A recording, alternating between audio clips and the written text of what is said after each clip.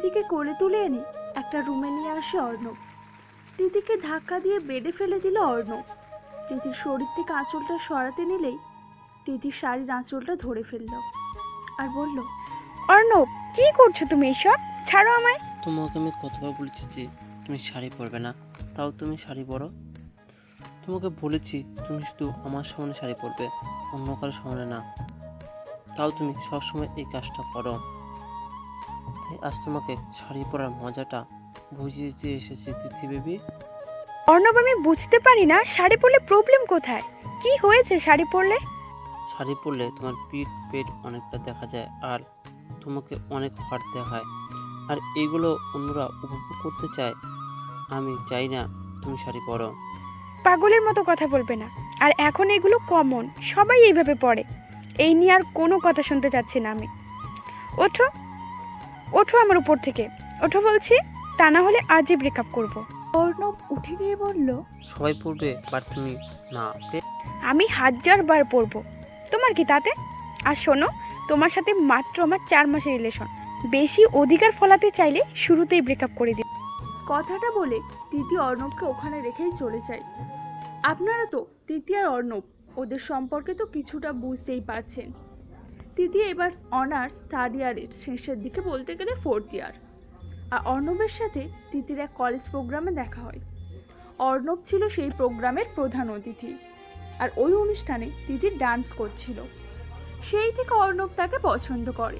পরে আস্তে আস্তে কলেজ থেকে তিথির সব ডিটেলস নেই অর্ণব। ফেসবুকে হালকা পাতলা কথা বলতে বলতে ওদের রিলেশন। এখন ওদের রিলেশন শুরু হয়েছে 4 মাস হয়েছে।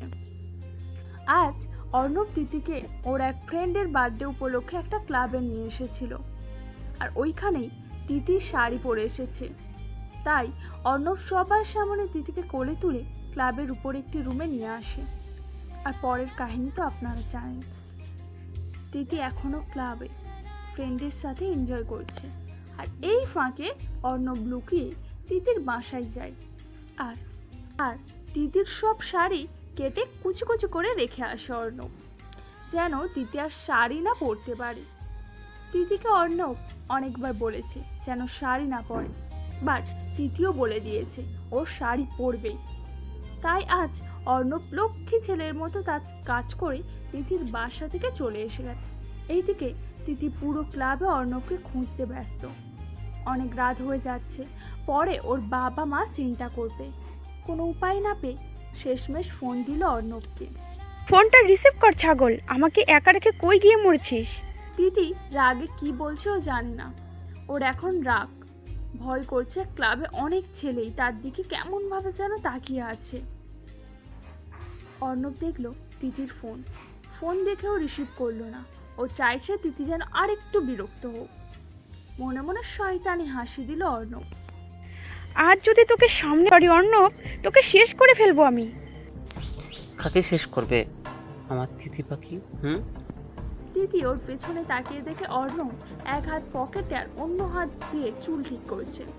তিথি তো অর্ণবকে হাসি দেখে রাগে আগুন হয়ে যাচ্ছে। ওই শালা, তুই এইখানে আমাকে একা রেখে কই গিয়েছিলি? তোকে বলছি না আমি এইসব জায়গায় থাকতে পছন্দ করি না। জানি তো, তাই তো ট্রেনিং করতে নিয়ে এসেছি, যেন বিয়ের পর কোনো সমস্যা না হয়। বুঝছি। এখন চলো আমায় বাসায় দিয়ে আসো। এখন চলে যাবে? আব্বু আমার বলেছিল 11টার আগে বাসায় থাকতে, আর এখন 11:30 বাজে। চলো প্লিজ। ওকে চলো মহারানী। অর্ণব আর তিথি গিয়ে গাড়িতে বসলো। অর্ণব সিট বেল্ট লাগিয়ে দিল তিথিকে, পরে নিজের সিট বেল্টটাও বাঁধলো। আকাশে চাঁদ উঠেছে খুব বড় করে। তিথির গাড়ির জানালাটা খুলে দিয়ে হালকা হালকা বাতাস আসাটা উপভোগ করতে লাগলো। অর্ণব তিথির এই মুগ্ধ হয়ে থাকা চেহারা হালকা আলোতে দেখতে লাগলো। অপলক দৃষ্টিতে তাকে তিথির পরিবেশ উপভোগ করছে। এই পরিবেশে এখন যদি গান না হয় তাহলে কি জমে? তাই অর্ণব একটি গান প্লে করলো।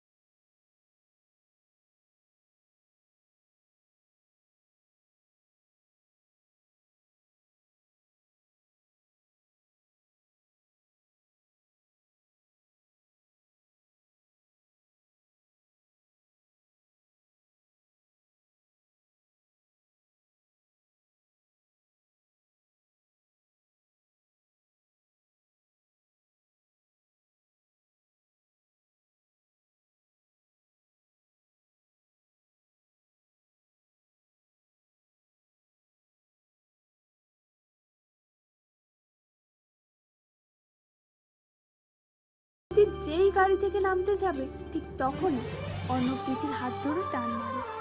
তিথি বুঝে ওঠার আগেই অর্ণবের বুকে পড়ে যায়। আজকে এই মুহূর্তে যদি আরও কিছুটা সময় থাকতো, বা এই মুহূর্তে যদি কোনোদিন শেষ না হতো, তাহলে কতই না ভালো হতো আমার তিথি পাখি। সত্যি আজকের মুহূর্তগুলো অসাধারণ লেগেছে। আকাশে গোল চাঁদ, মিষ্টি বাতাস আর সাথে গানটা সত্যি খুব সুন্দর ছিল। এই গাদিকে আমি কি বুঝিয়েছি আর গাদি কি বুঝলো? ওই রাম ছাগল, আমাকে ভুলেও গাধে বলবি না, রাম ছাগল কোথাকার। তো কি বলবো? আমার সুন্দর একটি নাম আছে, সেই নামে ডাকবে, তিথি, ওকে? বুঝেছি, তিতুল সরি তিথি। ওই তুই আমার সাথে কথা বলবি না, যা ব্রেকআপ। আচ্ছা যাও বাসায়, আর গিয়ে দেখো তোমার জন্য অনেক বড় একটা সারপ্রাইজ অপেক্ষা করছে। সারপ্রাইজের কথা শুনে তিথি খুশি হয়ে বলল, কি গো সারপ্রাইজটা? কেন বলবো, তুমি না ব্রেকআপ করলে? আমি দিনে 1000 বার ব্রেকআপ করি, তাই বলে কি সত্যি সত্যি নাকি? আগে আদর করো, পরে বলবো। প্লিজ বলো না, আর পরে আদর, এখন না। আমারটাই আমি বুঝি নেই।